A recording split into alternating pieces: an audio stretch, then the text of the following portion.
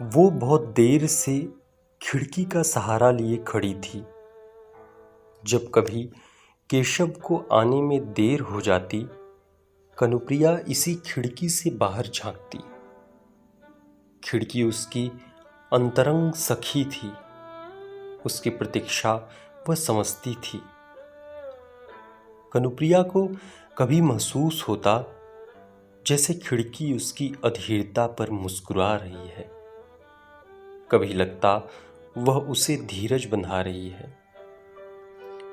Grill लगी जालीदार खिड़की उसे बहुत प्यारी थी, पर ऐसे दिन बहुत कम होते थे जब वह उससे पहले पहुंच जाए।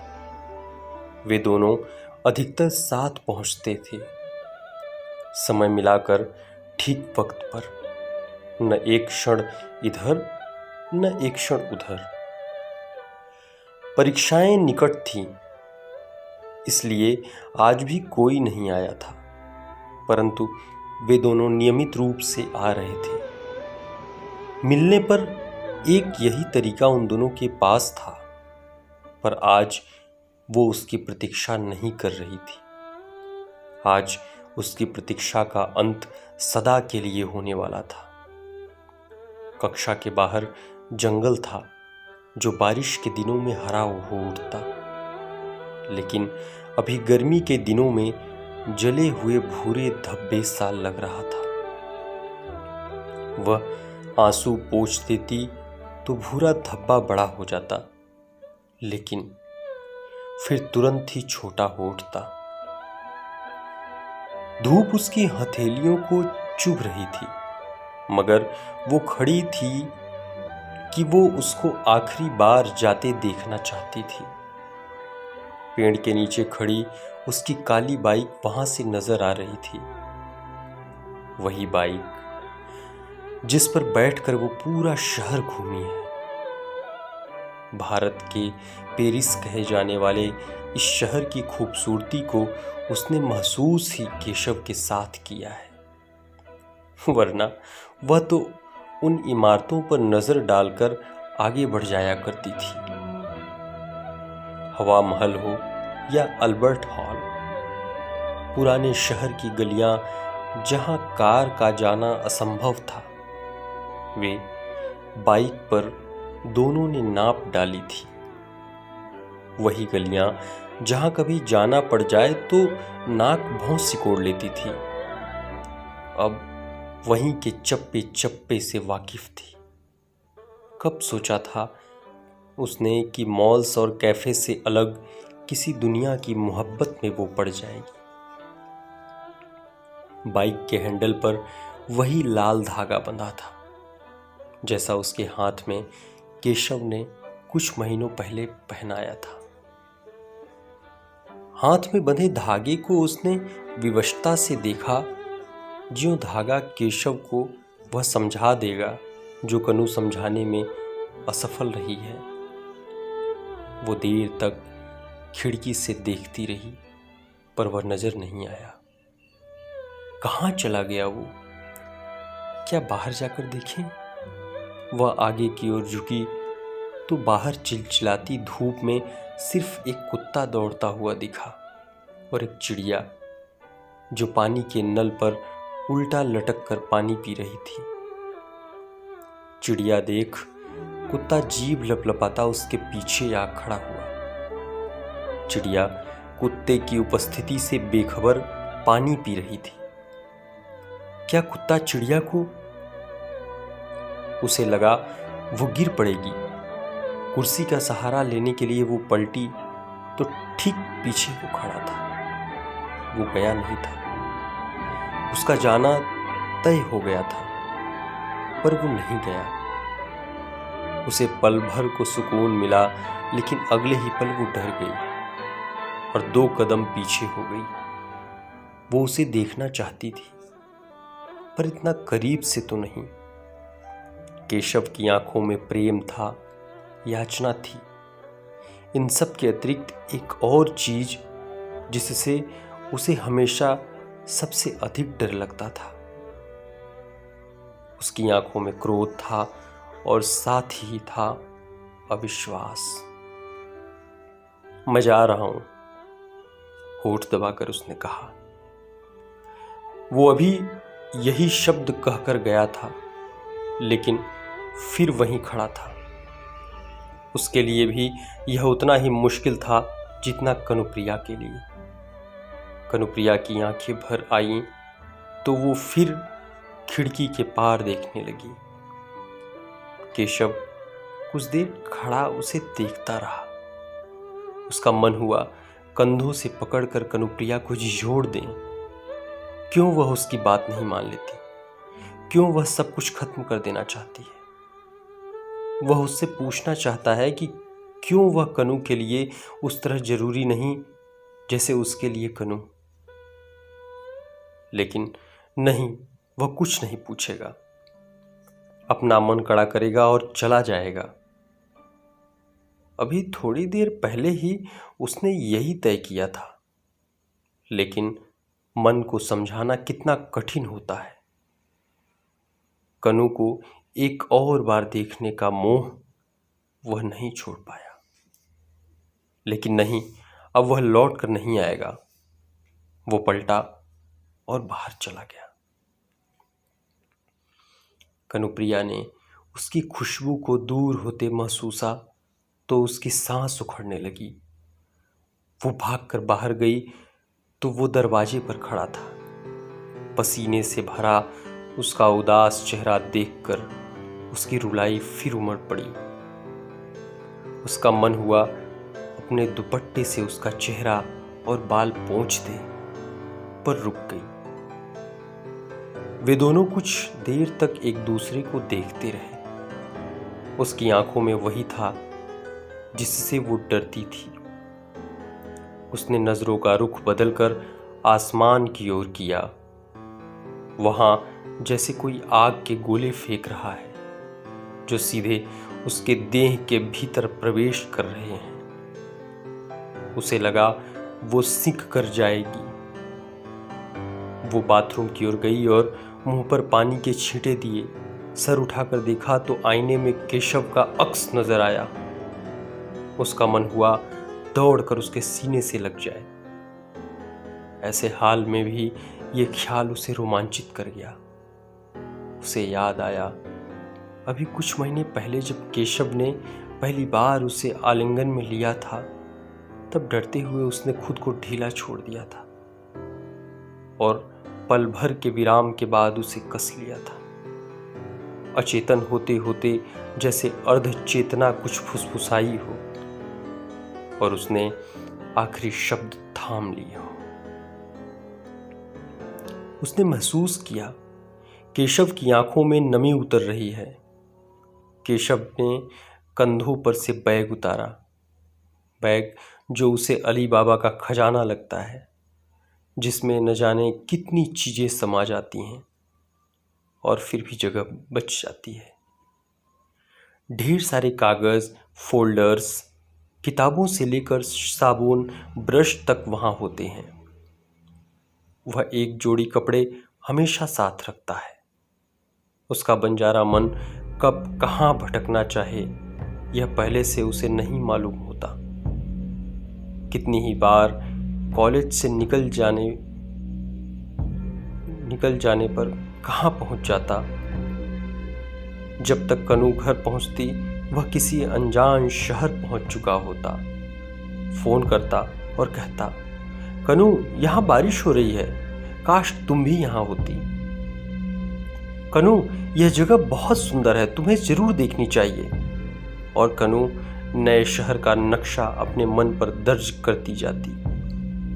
वह जाना चाहते हुए भी नहीं जा पाती। घर पर क्या कहेगी?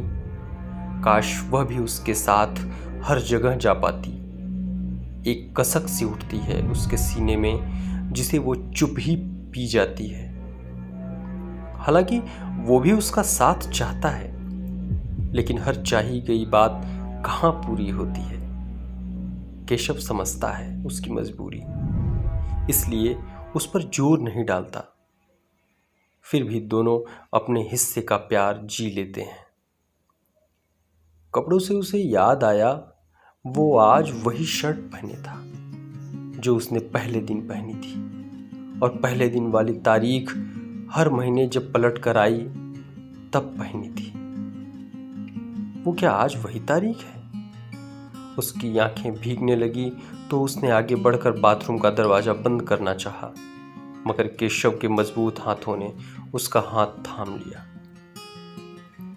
वही हाथ जिसमें उसने लाल धागा पहनाया था। केशव वो धागा कई साल पहले नैना देवी के मंदिर से लाया था। केशव ने वो धागा कनुप्रिया की कलाई में कुछ महीने पहले पहनाया था। पहनाते हुए उसने कहा था, कनु, तुमसे पहले मेरे जीवन में 2 लड़कियां रही हैं, मगर जब से तुम आई हो तुम ही हो और अब हमेशा रहोगी। तुम्हारे सिवा कोई न हो सकेगा। जानती हो, जो तुम्हारे लिए अनुभव किया वो पहले कभी किसी के लिए नहीं किया। कहते हुए केशव ने एक चुंबन उसके माथे पर जड़ दिया। आज वही कलाई फिर उसके हाथ में थी। केशव जबरन उसकी गांठ खोलने की कोशिश कर रहा था। कनुप्रिया ने हाथ खींचना चाहा, पर उसने मजबूती से हाथ थामे रखा। इसी खींचातान में दीवार से रगड़ खा उसकी कलाई पर खरोच आ गई। केशव ने घबराकर उसका हाथ छोड़ दिया। कनुप्रिया चुपचाप धागे की गांठ फिर बांधने लगी। क्या धागा खोल देने भर से प्रेम टूट जाएगा? ये ड्रामा बंद क्यों नहीं करती तुम? केशव चिल्लाया। जवाब में उसने आंसू भरी आंखें उठाई। केशव चाहता क्या है? क्यों वह इतना आक्रामक हो रहा है? क्या उसे समझ नहीं आ रहा कि इतने दिनों से लगातार वह उसे चोट पहुंचाया जा रहा है? झूठ की सारी हदें पार कर चुकी हो तुम। उसकी आवाज में घृणा थी। और प्लीज ये रोना बंद करो। तुम्हारे आंसुओं का असर अब मेरे ऊपर नहीं होने वाला। केशव ने विरक्त भाव से उसे देखते हुए कहा। बाहर एक सुरीली आवाज बार बार नजदीक आकर लौट रही थी। शायद बिंदुबाई जी थी। उनके मधुर कंठ ने सुरीली तान छेड़ रखी थी। प्रीति रीति तो तुझसो मेरे बहुगुनियाले कंत, जो हंस बोलूं और सो तो नील रगाऊं दंत। कबीर की इन पंक्तियों ने केशव के क्रोध को दोगुना कर दिया था। तुम्हारे जैसी लड़की मैंने कभी नहीं देखी। उसकी आवाज भरसक नीची रखने का प्रयास के बावजूद केशव की आवाज तेज हो गई थी। मेरी जैसी लड़की? कैसी लड़की हूं मैं? कनु को याद आया, एक दिन उसे हरी साड़ी में देख केशव ने ठीक यही शब्द कहे थे। कनु, तुम्हारे जैसी लड़की मैंने कभी नहीं देखी। तुम्हारा मन इस मंदिर जितना पवित्र और गहरा है। इसमें सदा के लिए मुझे स्थान दे दो। उस रोज वे गढ़ गणेश जी के मंदिर गए थे। नाहरगढ़ और जयगढ़ के किलों के मध्य अरावली के पहाड़ों पर बना यह मंदिर कला की अद्भुत मिसाल है। सारा शहर वहां से नजर आ रहा था। केशव हर बुधवार यहां आता था। उसे मालूम था कनुप्रिया को यह जगह जरूर पसंद आएगी। यह मंदिर सवाई जयसिंह ने बनवाया था। जयपुर की स्थापना से पहले उन्होंने यहाँ अश्वमेध यज्ञ किया था। पहले यह मंदिर बना, फिर इस शहर की आधारशिला रखी गई। माना जाता है गणेश जी यहाँ बाल रूप में विराजमान हैं। बाल गणेश की मूर्ति दिखाते हुए वह कह रहा था। और जानती हो, गणेश जी की मूर्ति इस तरह रखी गई कि महाराज हर रोज चंद्रमहल से दूरबीन लगाकर इसके दर्शन कर सकें। बाप रे, इतनी दूर से? कनुप्रिया विस्मय से भर उठी थी। हाँ तो क्या हुआ? यह दूरी तो कुछ नहीं, मैं इससे भी अधिक दूर से तुम्हें देख सकता हूं, और मुझे तो दूरबीन की भी आवश्यकता नहीं। केशव शरारत से बोला था और कनु के गाल रक्तिम हो चले थे। और ये नंदी जी की प्रतिमा देख रही हो? इनके कान में चुपके से कुछ कह दें तो जो मांगे वो मिलता है। अब मेरे पास सब कुछ है, उसने आहिस्ता से कहा। उस रोज वो देर तक उसके कंधे पर सर टिकाए शहर देखती रही और वो उसके बाल सहलाता रहा। केशव को उसके बाल बेहद पसंद थे और खुद के बाल उतने ही नापसंद। उसने कनखियों से देखा, केशव के बाल आज भी वैसे ही घास की मानिंद खड़े थे जिनसे उसे चिढ़ थी। उसके बालों के लिए कितने जतन किए थे उन्होंने। बियर से बाल धोने से लेकर विटामिन ई के कैप्सूल तक सारे सुने अनसुने उपाय किए थे। वह हर रोज एक नया उपाय खोज कर लाती और केशव नानुकुर करते हुए भी उसे आजमा लेता, लेकिन नतीजा रहता वही ढाक के 3 पात। केशव चिढ़ जाता और कभी उसकी बात न मानने की कसम उठा लेता। लेकिन अगले दिन कनुप्रिया के पास फिर एक नया सुझाव होता और वह फिर बालों के साथ कवायद में लग जाता। उन दिनों की याद उसके होठों पर छोटी सी मुस्कुराहट रख गई, लेकिन केशव की उदासी देख वह फिर बुझ गई। छोटी से छोटी यात्रा में भी वो डर के कारण कभी सड़क से नजरें नहीं हटा पाती थी। सामने से आते वाहन उसे अपने ऊपर आते लगते। दरअसल उसे सड़क से ही डर लगता था। उसका डर फोबिया की हद तक जाता था। उसकी स्मृतियों में सड़क से बगैर डर का राब्ता 17 साल पर आकर ठहर जाता है, जब उसका एक्सीडेंट हुआ था। उसके बाद यह डर सर उठाने लगा और अरसे से उसके साथ है। सड़क पर बगैर किसी का हाथ थामे चल पाना उसके लिए नामुमकिन था। कितनी ही बार अकेले सड़क पार करने की कोशिश में ट्रैफिक जाम हुआ और वो चारों ओर से घिरी हुई इंतज़ार करती कि कोई भला सा इंसान उसे सड़क पार करवा दे। ऐसे में कार या बाइक पर बैठकर तो उसे लगता कि तनाव से उसका सिर फट जाएगा। पर उसे याद है, उस दिन मंदिर से लौटते वक्त वो पहली बार खुद को महफूज महसूस कर रही थी। सड़क को चौकन्नी निगाह से देखने की कोई ज़रूरत उसे नहीं लगी थी। केशव के हाथों में गियर और स्टीयरिंग उसे उतने ही सुरक्षित प्रतीत हुए जितना वो खुद को उसके साथ महसूस करती थी। उसने केशव को धीरे से शुक्रिया कहा। केशव ने मुस्कुराकर आंख के इशारे से पूछा था, किस लिए? उसने मुस्कुराकर ना में गर्दन हिला दी और सर फिर उसके कंधों पर टिका दिया था। केशव के कंधों पर उसने कई बार सिर रखा था। सर्द दिनों में पीले पड़ गए पत्तों की खूबसूरती देखते, प्रकृति की उदासी में अपनी खुशी घोलते, देर से आने पर उसको मनाते, गलती हो जाने पर माफ़ी मांगते, प्रेम से भर उठने पर हर मौके पर केशव का कंधा उसका अंतरंग हो उठता था और हर बार केशव प्रेम से उसे समेट लेता था। मगर इस बार अभी थोड़ी देर पहले पहली बार उसने उसे धकेल दिया था। उसने उसे कहा था, तुम्हारी हिम्मत कैसी हुई मुझे छूने की? तुम्हारे जैसी औरतों ने प्रेम को बदनाम कर रखा है। वो हैरानी से उसे तके जा रही थी। उसकी बड़ी बड़ी आंखों में अचरज आकर ठहर गया था। वो कुछ कह नहीं पाई। तुमने मेरे साथ छल किया और अब भी आंखों में आंखें डाले खड़ी हो, बहुत बेशर्म हो तुम, केशव उसे झिड़कते हुए कह रहा था। कनु की पलकें नीचे झुकी हुई और गालों पर आंसू ढुलक आए। केशव का हाथ आगे बढ़ा, फिर पीछे लौट आया। अब तुम्हें छूते हुए भी, कहते हुए उसके भाव विकृत हो गए थे। ये वही था जो साथ रहते हुए क्षण भर के लिए भी उसे खुद से अलग नहीं होने देता था। देह के हर अंग को चुंबनों से सिक्त कर दिया करता था। मैंने झूठ नहीं कहा, सिसकते हुए वह किसी तरह कह पाई। मैंने देखा था तुम्हें उसके साथ हंसते हुए, ठीक वैसी ही हंसी जैसी तुम मेरे साथ हंसती हो। फिर भी कहती हो कि तुमने झूठ नहीं कहा। केशव फफक उठा जैसे कोई मजबूत इमारत ढह गई हो।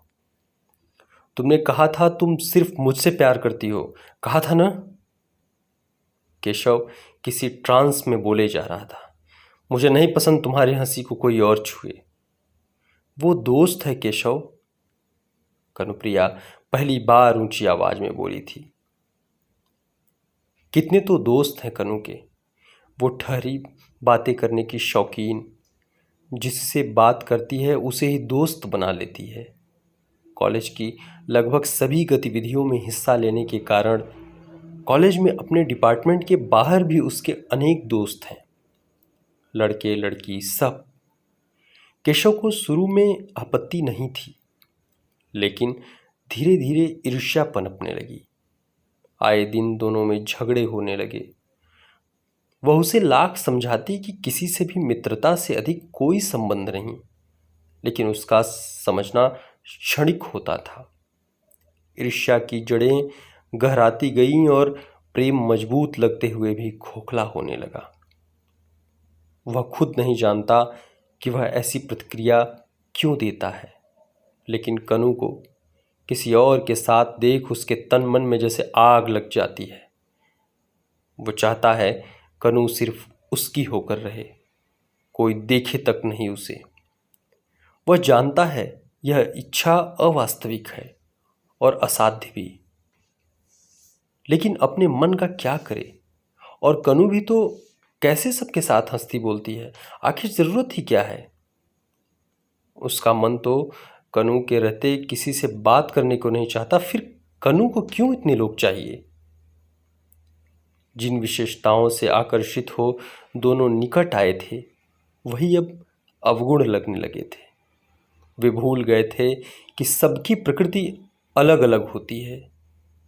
एक दूसरे को अपनी प्रकृति में ढालने के प्रयत्न में प्रेम को कितनी हानि पहुंचाई थी। वे इससे अनजान नहीं थे, लेकिन फिर भी आंखें मूंद अपने अहम को वरीयता देते रहे। ऐसे मित्र क्यों हैं तुम्हारे जिनसे तुम्हें छिप कर मिलना पड़ता है, जिनके बारे में तुम मुझे नहीं बता सकती हो? मेरे जीवन तुम्हारे लिए खुला है, बिल्कुल पारदर्शी। तुम्हारा जीवन ऐसा क्यों नहीं है? तुम निष्कपट हो तो क्यों तुम्हें सब कुछ छिपाना पड़ता है? क्योंकि तुम मुझे समझते नहीं हो, मुझे जज करने लगते हो। जो मैं हूँ उसे स्वीकार करने की बजाय अपने अनुरूप ढाल लेना चाहते हो। मेरी अपनी निजता समाप्त हो जाती है तुम्हारे साथ। मैं तुम्हारे साथ हूँ क्योंकि तुम्हें चाहती हूँ। जब तक प्रेम है तुम्हारे पास लौटती रहूँगी। जब प्रेम नहीं बचेगा तो तुम्हारे रोकने पर भी नहीं रुकूंगी। स्वच्छंद बहते संबंध में तुम ठहराव क्यों लाना चाहते हो? तुम क्यों मुझे बांधना चाहते हो? मैं जितनी स्वतंत्र रहूंगी तुम्हें उतना चाहूंगी। कनु कैसे विश्वास दिलाए कि वह केशव के सिवा किसी को प्रेमिल भाव से नहीं देखती, देखना चाहती भी नहीं। जिस दिन ऐसा करना होगा उस दिन किसी के भी रोके नहीं रुकेगी। एक व्यक्ति को जबरन भले ही रोक लिया जाए, लेकिन मन पर निषेध नहीं लगाया जा सकता न। केशव उसकी आंखें क्यों नहीं पढ़ पाता? हाँ ठीक है, रोहित से बात करने को उसने मना किया था, लेकिन वह तो हर लड़के में कोई न कोई कमी निकाल कर उससे बात करने को मना कर देता है। लेकिन कोई खुद आए तो क्या उससे दुत्कार दे, उससे बात न करे? क्या प्रेम का अर्थ कारागार में रहना है? क्यों हम अपना अपना जीवन जीते हुए भी प्रेम में नहीं हो सकते?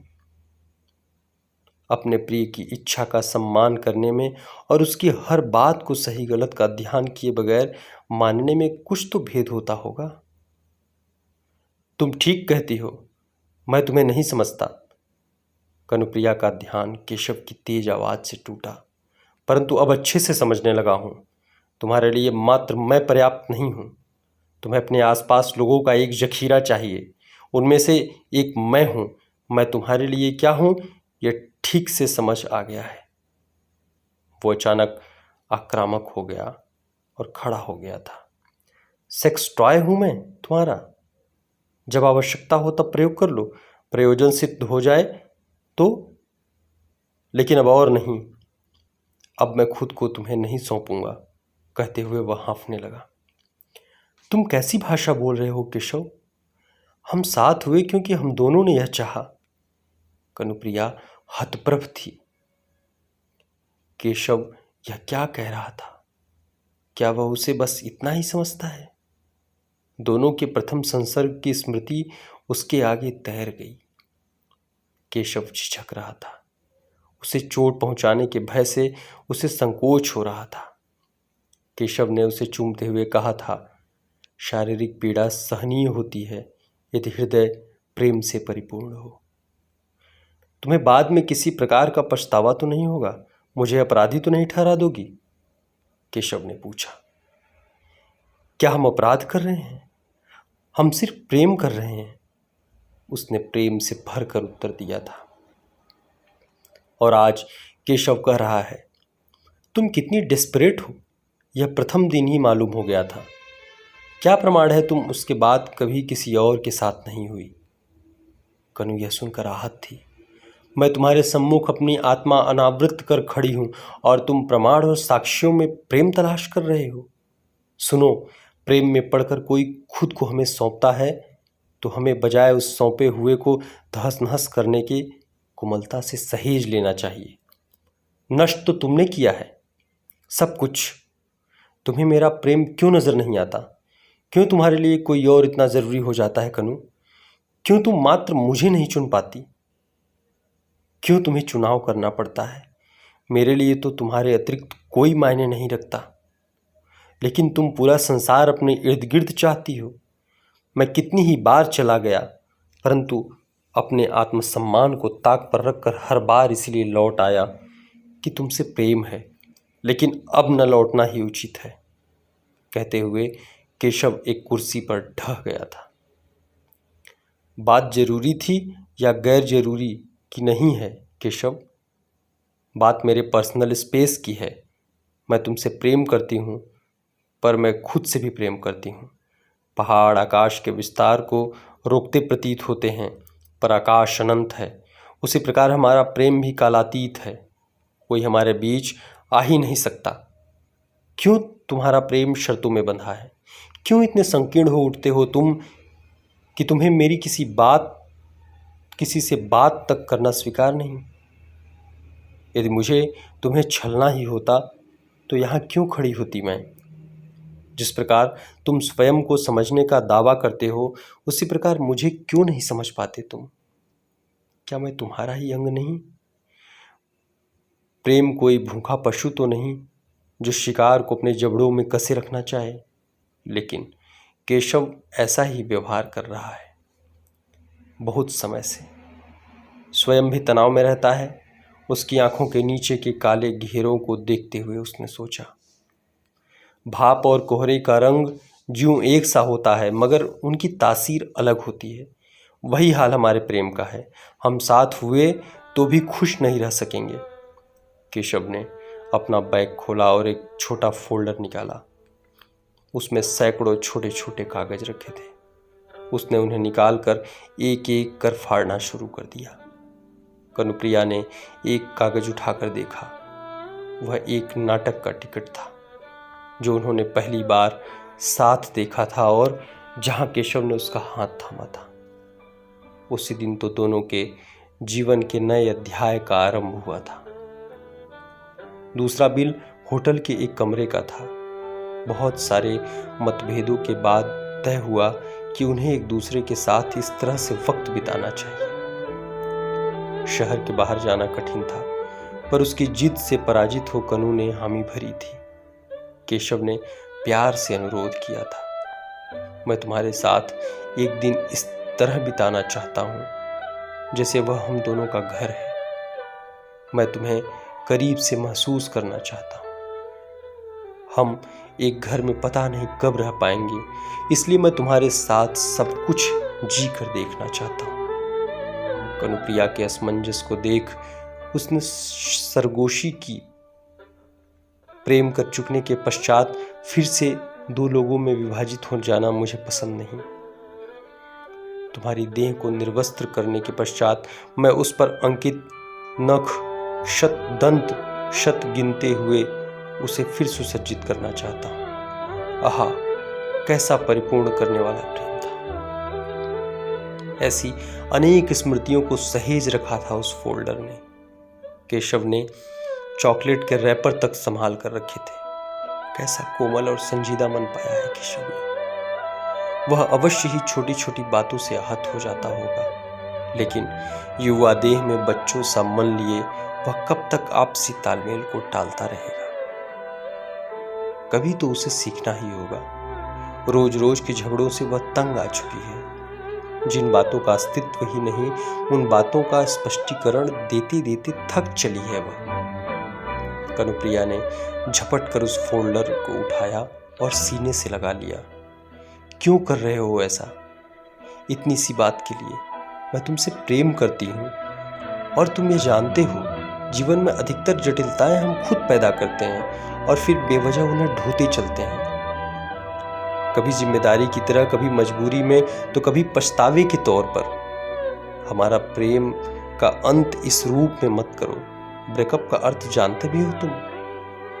जो क्षण हमारे लिए अनायास आता है, वह क्षण कितने क्षणों में बटा हुआ है, यह उसकी निर्मिति करने वाला भी नहीं जानता होगा।